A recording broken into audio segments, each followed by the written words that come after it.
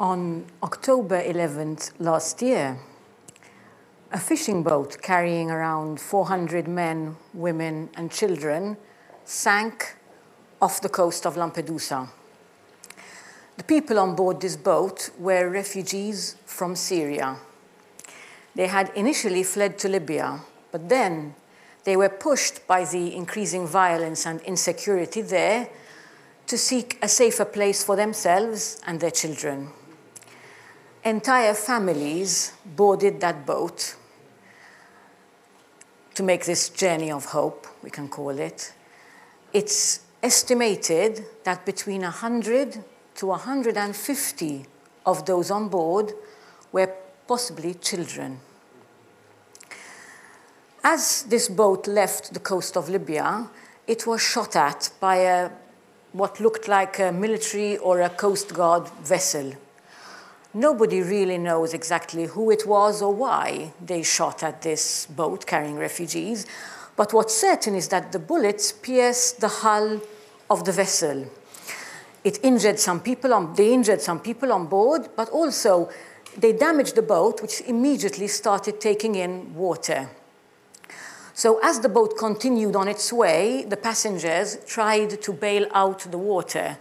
But by the time they reached this point, around 100 kilometers from Lampedusa, it was clear they had a massive problem because the boat had taken in too much water and the entire lower deck was submerged.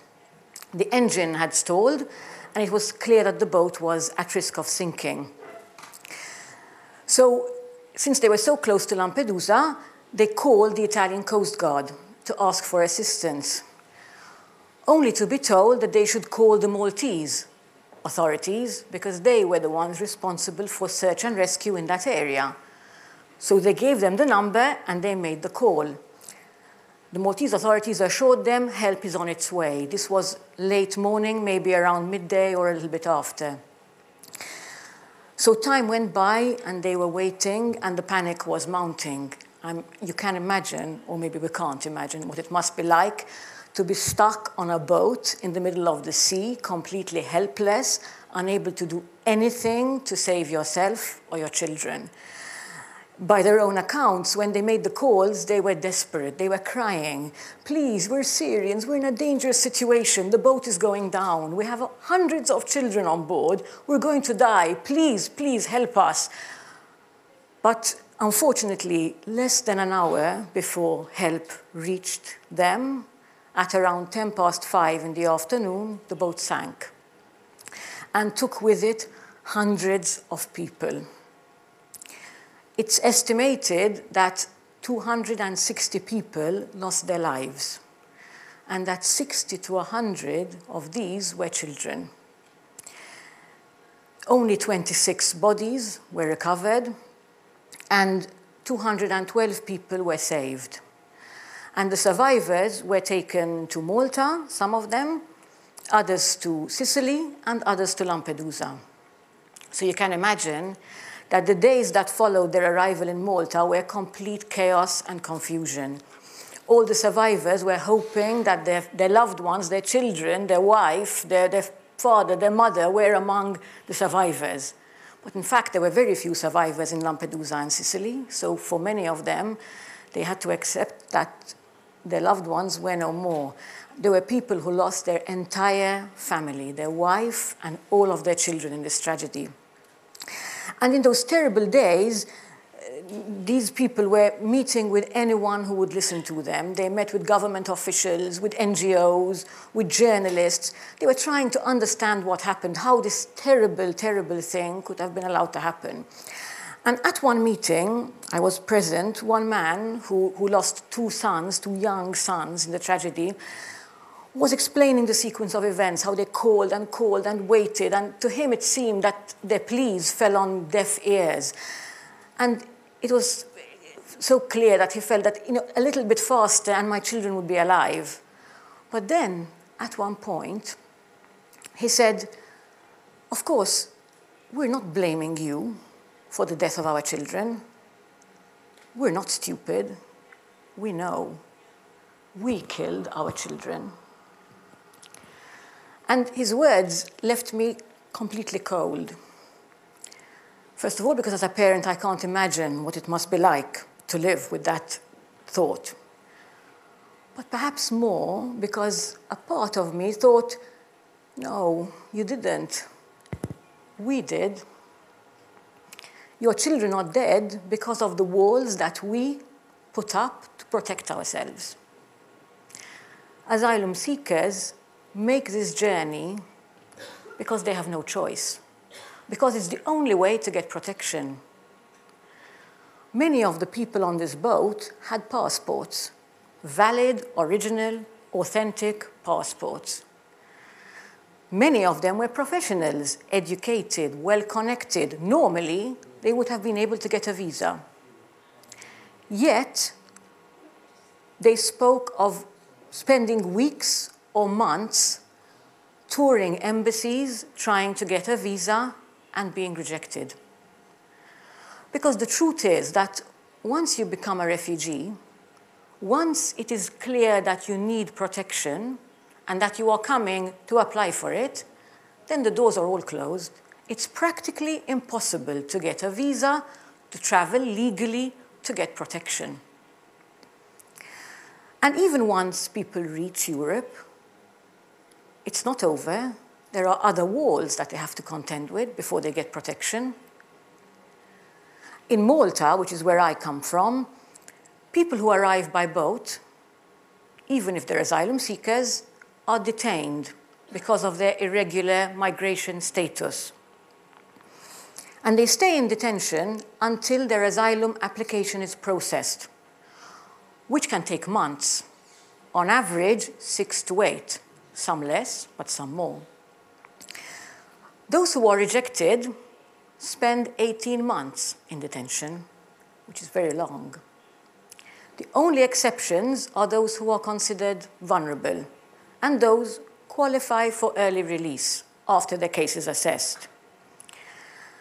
I think it's really difficult for someone who has never been detained to understand just how much hardship, how much suffering it causes.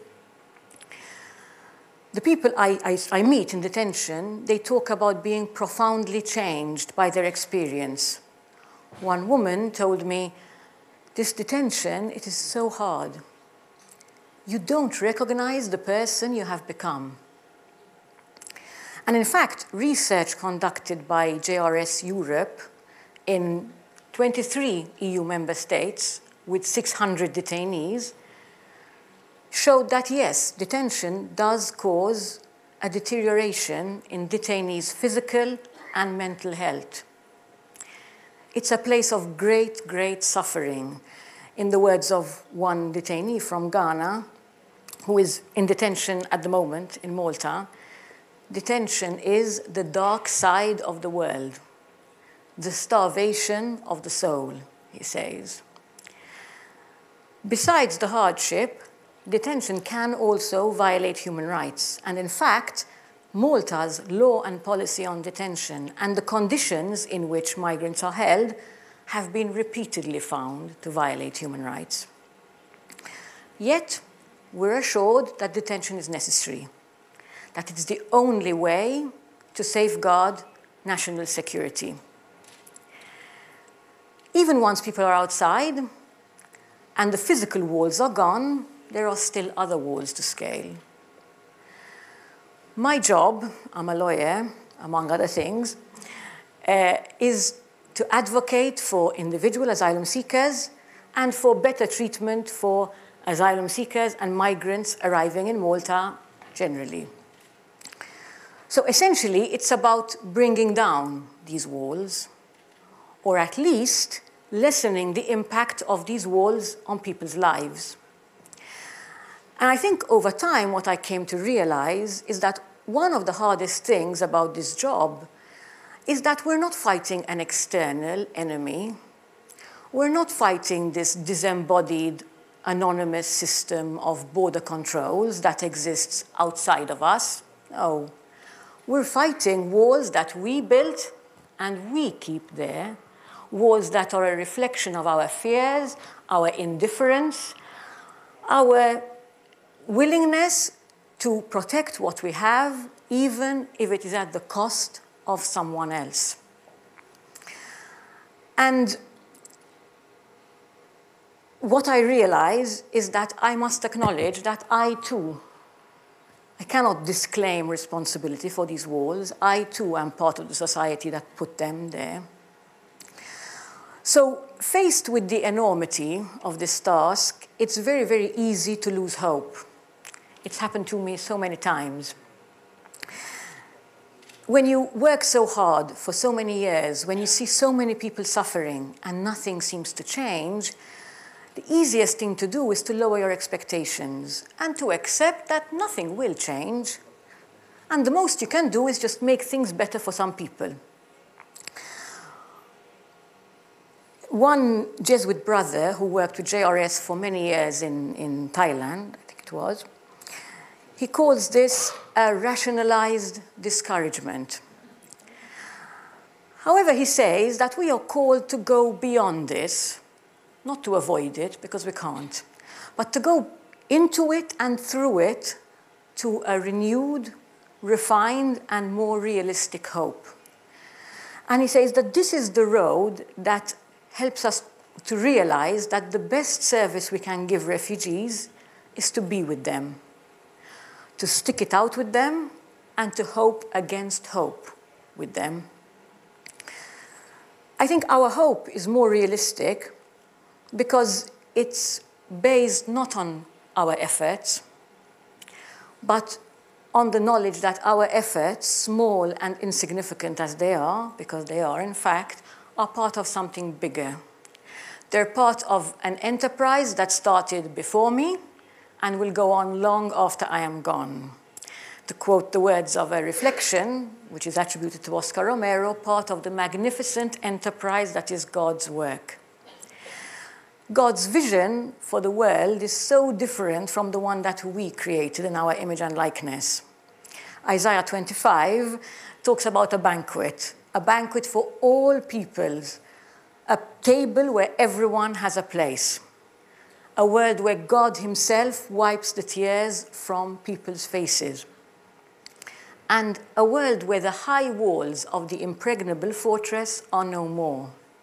So I live and I work in the hope that my efforts contribute in some way, which I don't always understand, towards this vision.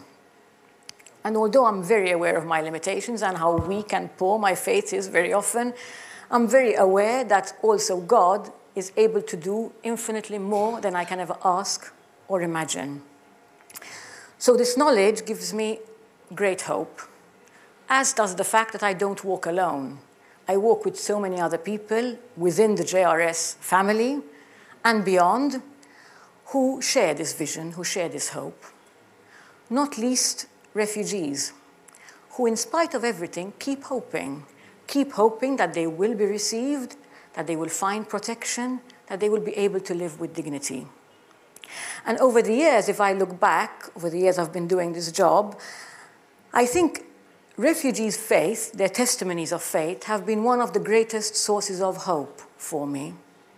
And over the years, I've set up a kind of mental database of incidents, of testimonies, of words, of phrases, of images. And I'd like to leave you with one, the latest in my collection. Just last week, I had the great privilege of being able to visit a JRS project in Delhi, because I happened to be in India for something else. And this is a project for Chin refugees, and the visit was essentially a meeting with this group of refugees who receive services, who attend JRS activities. And the meeting was in a small room, in a flat, in a rather poor area of the city. And it started with a prayer and a song. And so they stood up to sing, and the song they chose was the anthem of the civil rights, or the unofficial anthem of the civil rights movement, "We Shall Overcome." And as I sat there and I listened to them sing, and I thought, if you, who face so many walls on a daily basis, can stand up and affirm that, yes, someday we shall overcome, how can I not hope with you? How can I not stand and affirm that, yes, I believe that together, one day, by the grace of God, will overcome. Thank you.